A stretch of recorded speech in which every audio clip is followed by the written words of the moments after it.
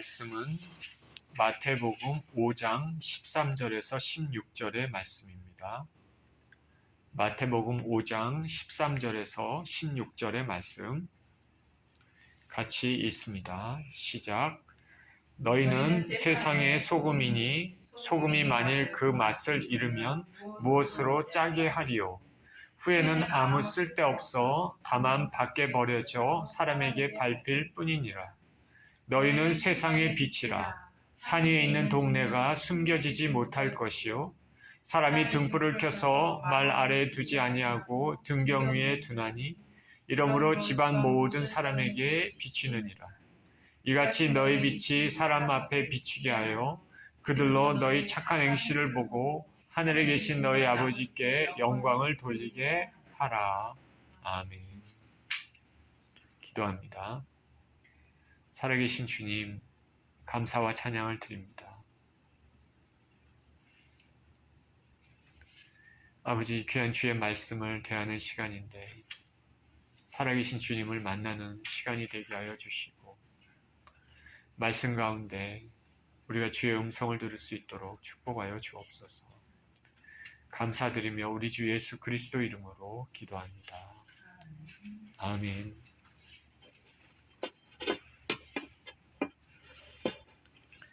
너희는 세상의 빛과 소금, 이런 제목으로 말씀을 나눕니다.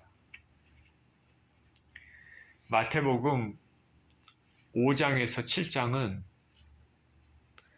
그 유명한 예수님의 산상수훈의 말씀이 기록이 되어 있습니다. 이 말씀은 하늘의 진리를 보여주는 주옥 같은 말씀입니다.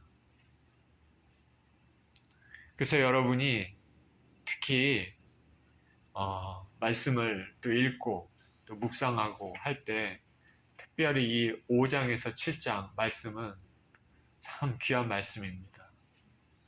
여러분들이 주목해서 또 읽고 또 묵상하는 시간이 있었으면 좋겠습니다.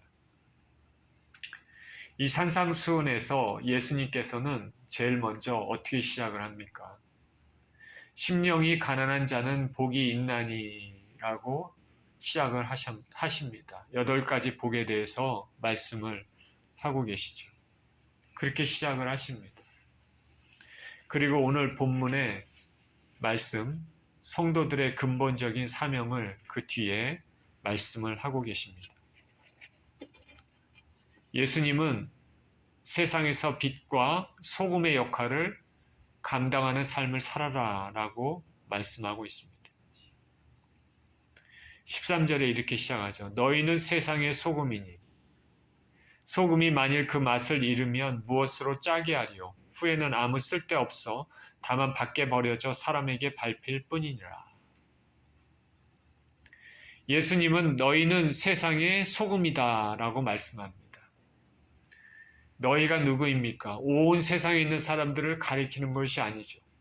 예수님이 이 말씀하실 때는 지금 예수님의 말씀을 듣는 예수님 주위에 있는 사람들입니다. 예수님의 제자된 사람들을 가리킵니다. 지금 저와 여러분들을 가리킨다고도 할 수 있습니다.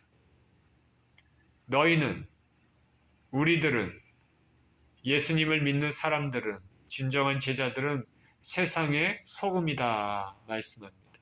세상의 소금. 소금은 고대 세계에서는 인내, 순결, 부패를 방지하는 그런 상징성을 가졌습니다. 우리 구약에 보면 이스라엘에게는 소금이 거룩한 제사를 드릴 때 사용되었다는 것을 알 수 있는데 레위기 2장 13절에 내 모든 소제물에 소금을 치라. 내 하나님의 언약의 소금을 내 소재에 빼지 못할지니 내 모든 예물에 소금을 드릴지니라. 이렇게 말씀하고 있습니다. 예물을 드릴 때 소금을 쳐서 드려라. 이렇게 얘기하고 있죠. 에스겔서 43장 24절에서도 나 여호와 앞에 받들어다가 제사장은 그 위에 소금을 쳐서 나 여호와께 번제로 드릴 것이며 이렇게 얘기합니다. 민수기 18장 19절에서도 이스라엘 자손이 여호와께 거제로 드리는 모든 성물은 내가 영구한 몫의 음식으로 너와 네 자녀에게 주노니 이는 여호와 앞에 너와 내 후손에게 영원한 소금 언약이니라. 이렇게 말하고 있습니다. 제사를 드릴 때 예물에 소금을 치라고 말씀하시고 그 다음에 또 여기 소금 언약이라는 말도 얘기를 하고 있죠.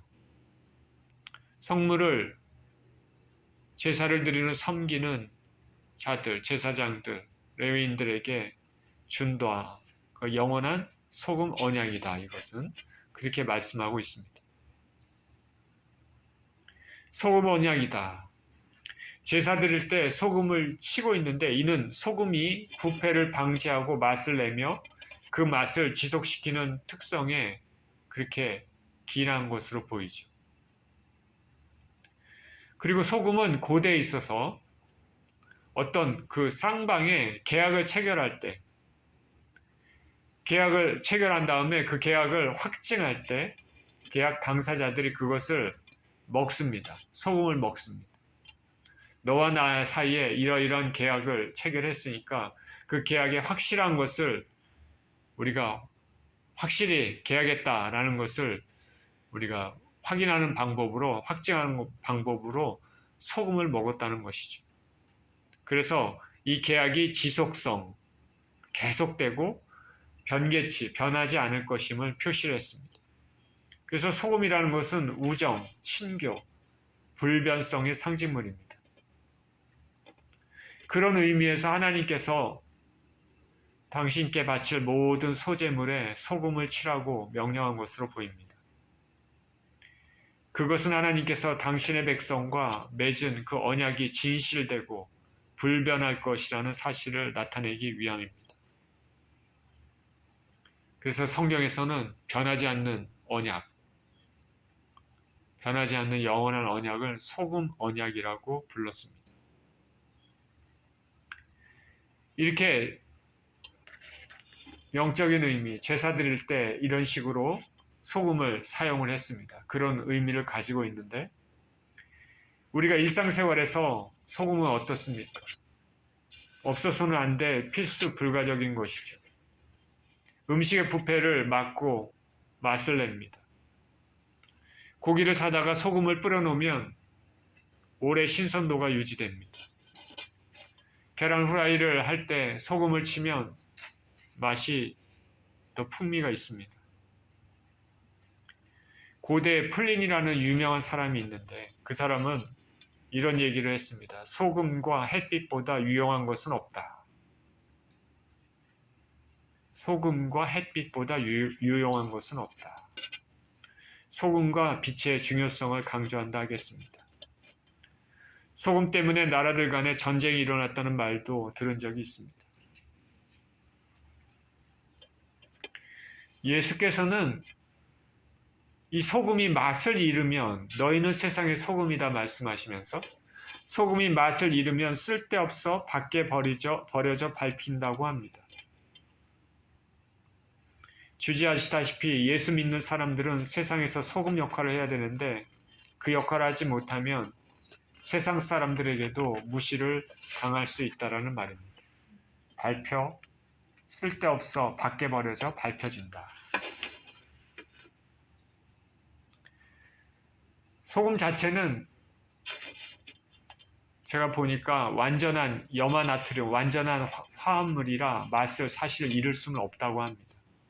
그런데 순수한 소금은 맛을 잃을 수는 없는데 그러나 우리가 자연물에서 소금으로 추출했다는 것은 순수한 것이 아니죠. 고대 세계에서 사용되던 소금은 늪지 등에서 이렇게 추출해서 불순물이 많이 포함되어 있는데 그것을 녹이고 그러면 순수한 소금만 나옵니다. 그리고 순수한 소금 말고 나머지 불순물들은 거의 쓸모가 없죠. 이렇게 맛을 잃은 나머지 이런 것들은 평평한 지붕의 흙 위에 뿌려졌다고 합니다. 이렇게 하면 고대 세계에서 소금 때문에 흙이 더 단단해지고 구멍이 생기지 않는다고 합니다. 그래서 사람들이 종종 지붕에 모이는데 그러면 소금은 사람들에게 밟히고 있다. 그런 말을 우리가 할 수 있는 것이죠.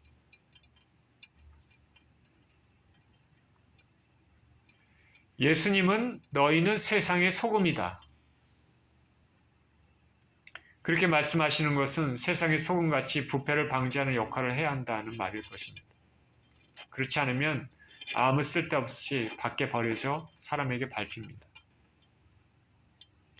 우리 예수님의 제자들은 타락으로 인해 세상이 부패하지 않도록 방부제의 역할을 하도록 하라고 말씀하고 있는 것입니다. 세상의 부패를 막아라. 너희는 세상의 소금이다. 세상의 부패를 막아라. 방부제 역할을 하라는 것이죠.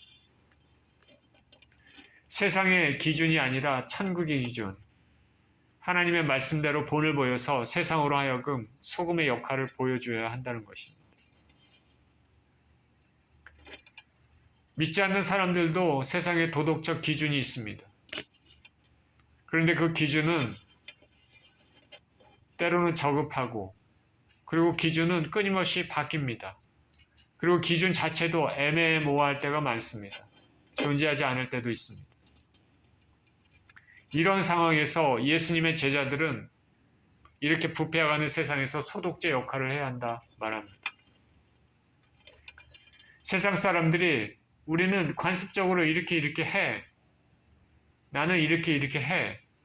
편하게.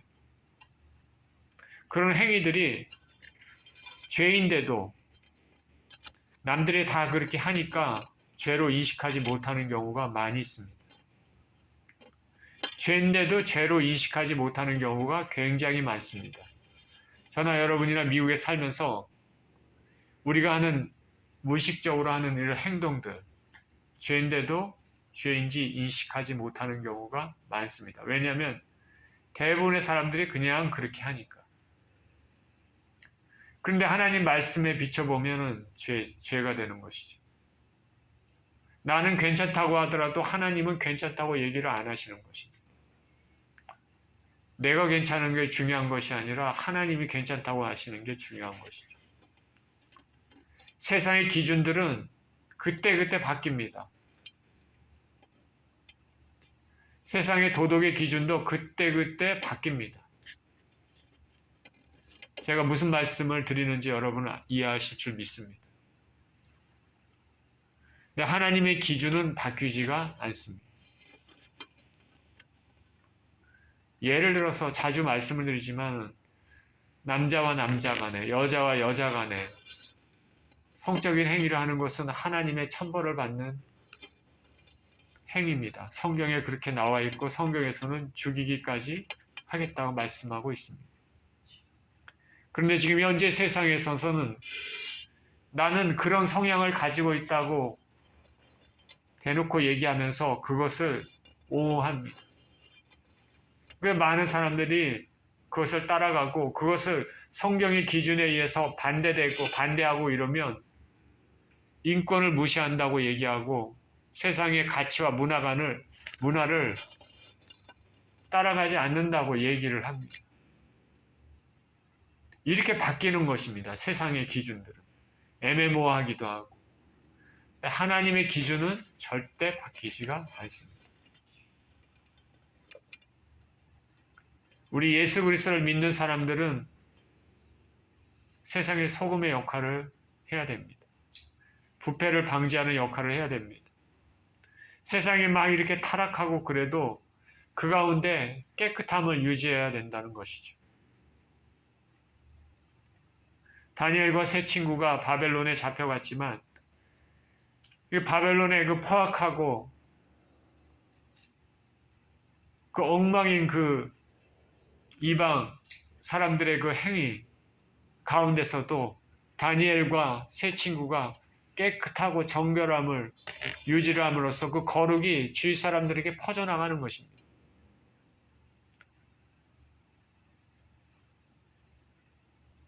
우리 주 예수 그리스도를 믿는 사람들은 저와 여러분이 예수 그리스도를 믿는다면 세상에 소금과 같은 역할을 해야 된다는 것이죠.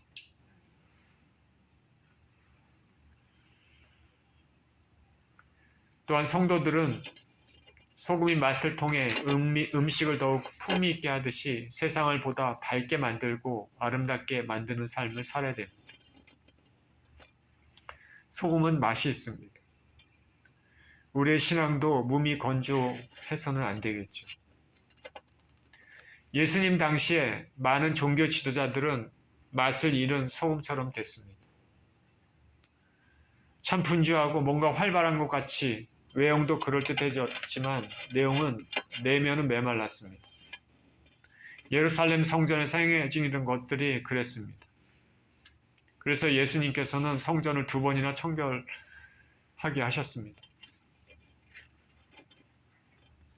저나 여러분이나 신앙생활도 맛을 잃은 소금은 아닌지 생각해 봐야 되겠습니다.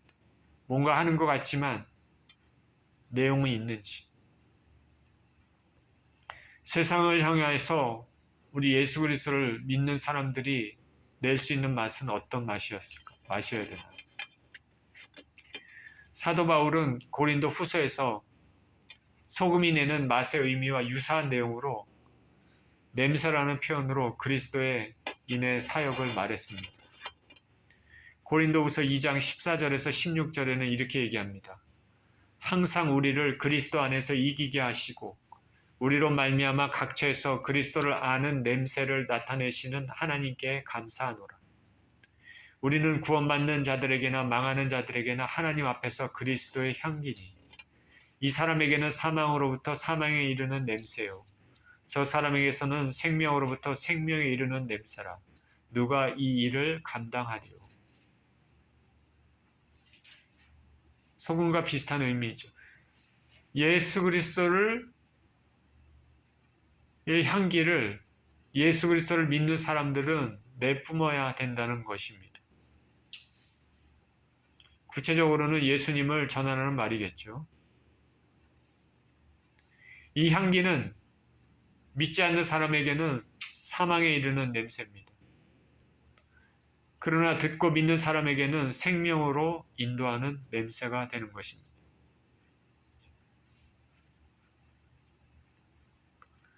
이와 같이 우리는 세상의 소금으로 살아야 되는데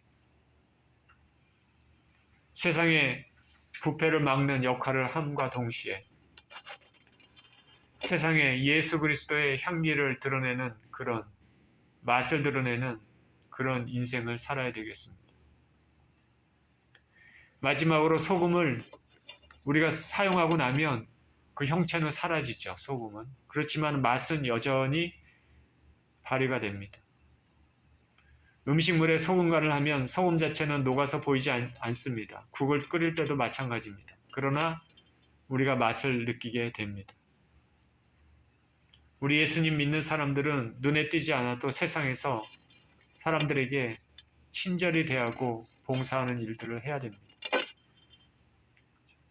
눈에 띄진 않지만 소금의 형체는 사라지지만 맛을 내는 것처럼 눈에 띄지 않아도 세상에서 사람들에게 친절히 대하고 봉사하는 일들을 해야 되겠습니다. 서로 사랑하면서 상황에 맞는 적절한 말, 은혜의 말을 해야 할 것입니다. 그리고 서로 아끼고 사랑하는 마음이 있어야 됩니다. 그래서 골로새서 4장 6절에 이렇게 말합니다. 너희 말을 항상 은혜 가운데서 소금으로 맛을 냄과 같이 하라. 그리하면 각 사람에게 마땅히 대답할 것을 알리라. 말을 할 때 은혜 가운데서 소금으로 맛을 낸과 같이 하라. 아, 그 사람 참 예수 믿는 사람으로서 그 말이 참 아름답고 적절한 말을 하는구나.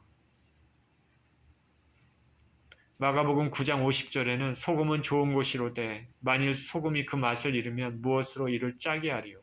너희 속에 소금을 두고 서로 화목하라 하시니라.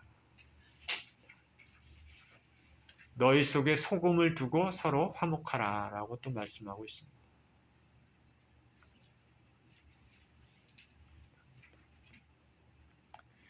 그리스도인들이 세상에 대해 소금의 역할을 하지 못하고 세상 사람들과 똑같이 산다면 세상 사람으로부터 무시를 당할 수 있습니다. 본문에서도 예수님께서 사람들에게 밟힌다 말씀하고 있지 않습니까?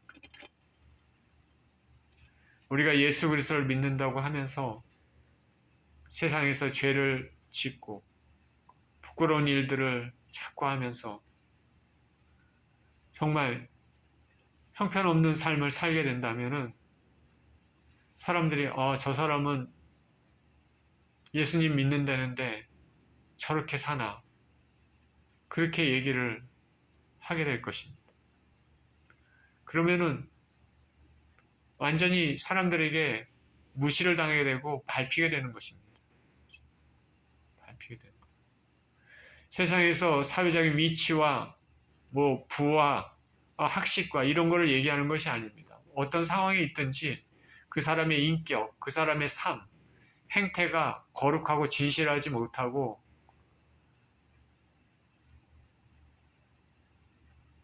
세상의 부패를 그대로 가지고 그렇게 산다면 예수 그리스도를 믿는 그 삶이 오히려 하나님께 영광이 되는 것이 아니라 하나님께 누가 되는 것이 될 것입니다. 그리고 그 자신은 사람들에게 밟히게 되는 것입니다.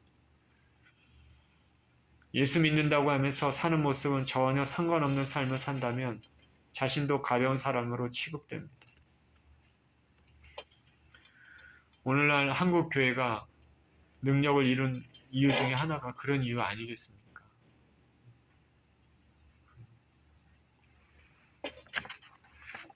14절에는 이렇게 말씀하십니다. 너희는 세상의 빛이라. 산 위에 있는 동네가 숨겨지지 못할 것이요. 예수님은 너희는 세상의 소금이다 말씀하시고 이제는 너희는 세상의 빛이다 말씀합니다. 너희는 세상의 빛이다. 주님의 제자들은 세상에 빛을 비추는 역할을 하라는 말입니다. 소금이 가만히 있어서 수동적인 역할을 한다면 빛은 적극적으로 비추는 역할을 합니다. 소금이 부패를 늦추는 소극적인 역할을 하고 제자들이 세상을 따라가거나 타협하게 될 위험에 대해서 경고한다면 빛은 죄로 어두운 세상을 적극적으로 비추는 역할을 합니다. 너희는 세상의 소금이다. 이제는 너희는 또한 세상의 빛이다. 너희는 세상의 빛이다. 진정한 빛은 우리 주 예수 그리스도입니다. 이사야서 42장 6절에 나 여호와가 의로 너를 불렀은즉 내가 내 손을 잡아 너를 보호하며 너를 세워 백성의 언약과 이방의 빛이 되게 하리니. 이사야서 49장 6절에 그가 이르시되 내가 나의 종이 되어 야곱의 지파들을 일으키며 이스라엘 중에 보존된 자를 돌아오게 할 것은 매우 쉬운 일이라. 내가 또 너를 이방의 빛으로 삼아 나의 구원을 베풀어서 땅끝까지 이르게 하리라. 우리 주 예수 그리스도를 빛으로 얘기를 하고 있습니다. 요한복음 1장 9절에서도 참빛, 곧 세상에 와서 각 사람에게 비추는 빛이 있었나니라고 말합니다. 우리 주 예수 그리스도를 말씀하고 있는 것입니다. 이 예수 그리스도, 빛 대신 예수 그리스도는 이제 예수님을 믿는 주님의 제자들에 의해서 비춰져야 됩니다. 주님의 제자들은 예수님의 빛을 받아서 그 빛을 사람들에게 비춰주는 일을 해야 됩니다. 참빛인 예수 그리스도께서 계시고 우리 예수 그리스도를 믿는 사람들은 그 빛을, 예수님의 빛을 우리의 삶을 통해서 사람들에게 비춰줘야 되는 것이죠. 우리의 말을 통해서도 사람들에게 비춰줘야 됩니다. 컴컴한 어둠 가운데 있는 영적 진리를 모르고 사는 사람들에게 생명의 빛을 전하는 일을 하라는 말입니다. 잘 알다시피 세상의 많은 사람들은 보이는 물질의 세계가 전부인 줄 알고 삽니다. 보이는 것을 따라 삽니다. 그 뒤에 있는 영의 세계를 보지 못합니다. 보이는 것은 잠깐이요 보지 못하는 것은 영원함이라. 보이지 않는 것은 영원함이라. 이 땅에 있는 지구상에 있는 우리가 삶을 살아가는 이거는 잠시 있는 물질의 세계입니다. 그 뒤에는 더 영원한 세계가 있습니다. 이 물질의 세계가 세계를 주관하는 것이 아니라 영의 세계가 세계를 주관합니다. 영의 세계는 영원한 것입니다. 이 물질의 세계만 보는 사람은 땅의 사람입니다. 영의 세계를 보는 사람들은 하늘의 사람입니다. 보이지 않는 하나님이 계시다는 것을 알고 이 땅을 떠날 때 하나님 앞에 서서 반드시 우리가 한 모든 말과 행실에 대해서 하나님 앞에 회개함을, 계산함을 받는다는 것을 아는 사람입니다. 많은 사람들이 이 어두운 가운데 물질 세계만 보고 땅의 것만 보고 육신의 것만 보고 자기의 소욕만 따라 살아갈 때 우리 주 예수 그리스도를 믿는 사람들은, 예수님의 제자들은, 영의 세계를, 보이지 않는 세계를 안다고 하는 사람들은 예수 그리스도의 빛을 그들에게 전하라고 말씀하고 있는 것입니다. 한 사람의 그리스도인이 빛이 비춰지면, 한 사람의 그리스도인의 빛이 비춰지면 그 가정이 환해질 수 있습니다. 직장이 환해질 수 있습니다. 어두운 가운데 멸망길로 가는 영혼들이 생명으로 나아갈 수 있습니다. 빛이 비춰지면 저 멀리 산 위의 동네에도 잘 보이지 않는 곳도 환하게 비춰집니다. 저는 이 말씀을 이렇게 보면서 이미지가 딱 떠오른 게 뭐냐면, 제가 캘리포니아에 있을 때 그 메인 도로, 저희 집에 학교에서 저희 집까지 가는 그 메인 도로, 임페리얼 하이웨이라고 있는데 그 도로를 타고 쭉 가다 보면 산 위에 많은 집들이 있습니다. 저녁에 이렇게 운전하다 보면 산 위에 그 집들의 그 빛이 착착착착 각 가정에 깜깜한데 그 빛이 비춰지면 참 정감이 넘친다고 하나요? 굉장히 좋습니다. 느낌이. 그 이미지가 떠올랐습니다. 빛이 비춰지면 저 멀리 산 위의 동네에도 잘 보이지 않는 것도 환하게 됩니다. 복음이 전해지지 않는 많은 오지에도 지금도 신실한 주님의 종들에 의해 복음이 전해지고 있습니다. 그리고 빛의 특성은 어두운 가운데 행해지는 모든 악한 일을 드러내는 특징도 있습니다.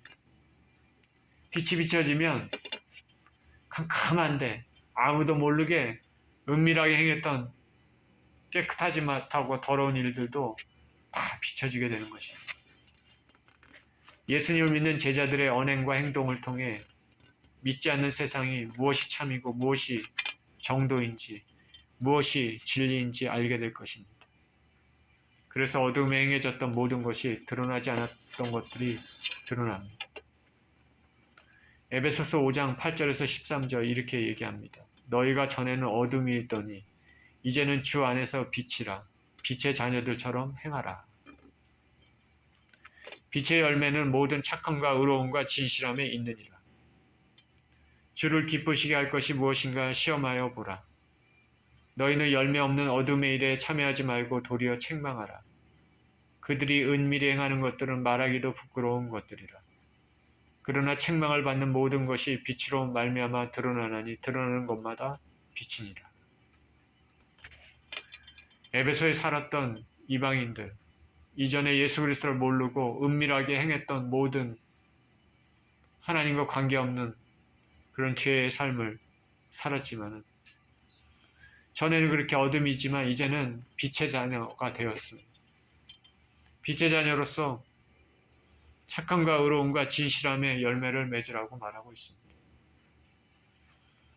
책망을 받는 모든 것이 빛으로 말미암아 드러난다 말합니다.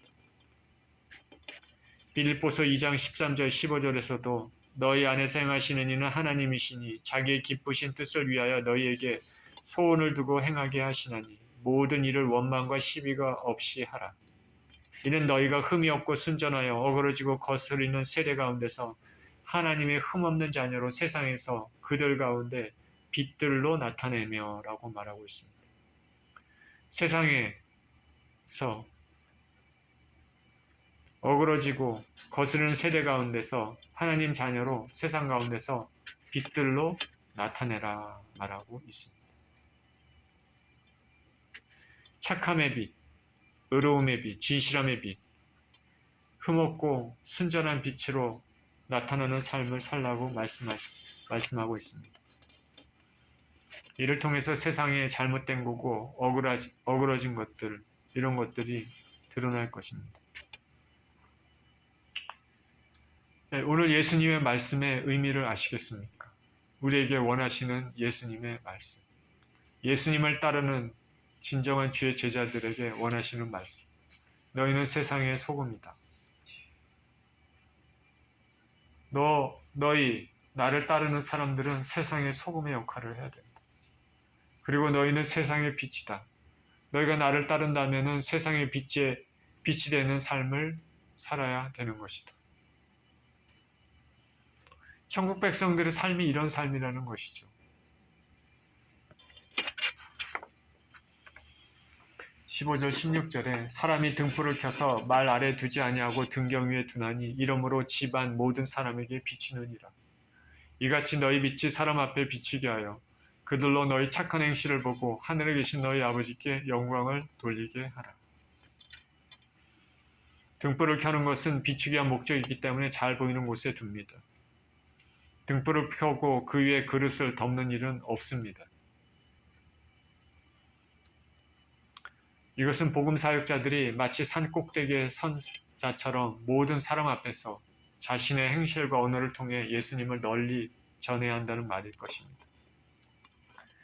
지금 우리가 사는 주변에 사실 예수님에 대해 들어보지 못한 사람은 별로 없습니다. 그러면 어떻게 해서 사람들을 예수님 앞으로 오게 할 수 있겠습니까? 그것은 우리 믿는 사람들의 말과 행실이 거룩함을 통해서 되지 않을까 생각합니다. 사람들이 우리의 삶을 통해서, 우리의 행실을 통해서, 우리의 거룩함을 통해서 예수님을 보게 되지 않을까. 너희 착한 행실을 보고 하늘에 계신 너희 아버지께 영광을 돌리게 하라.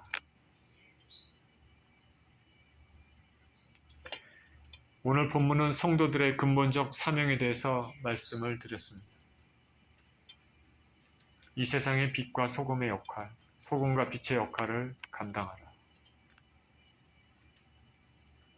이 세상의 부패를 방지하고 또 선한 행실을 통하여서 우리 주 예수 그리스도를 아는 빛을 우리를 통해서 사람들에게 전파하고 그들이 우리 주님 앞에 온전한 모습으로 나올 수 있도록 그런 삶을 살아라고 말씀하고 있는 것입니다.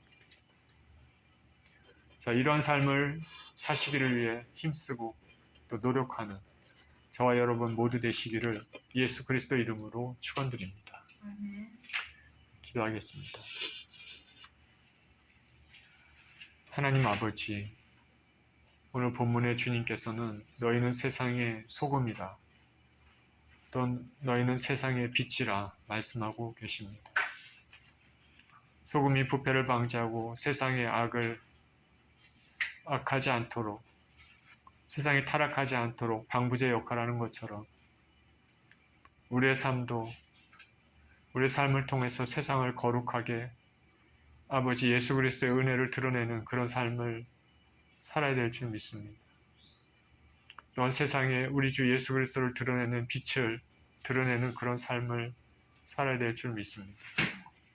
하나님 우리 아버지, 예수님 믿는 자로서 우리 삶이 진실하고 신실하고 참되고 거룩한 삶이 되게 하여 주셔서 우리를 통해서 자연스럽게 예수 그리스도의 은혜가 사람들에게 나타날 수 있도록 인도하여 주시옵소서. 감사드리며 우리 주 예수 그리스도 이름으로 기도합니다. 아멘.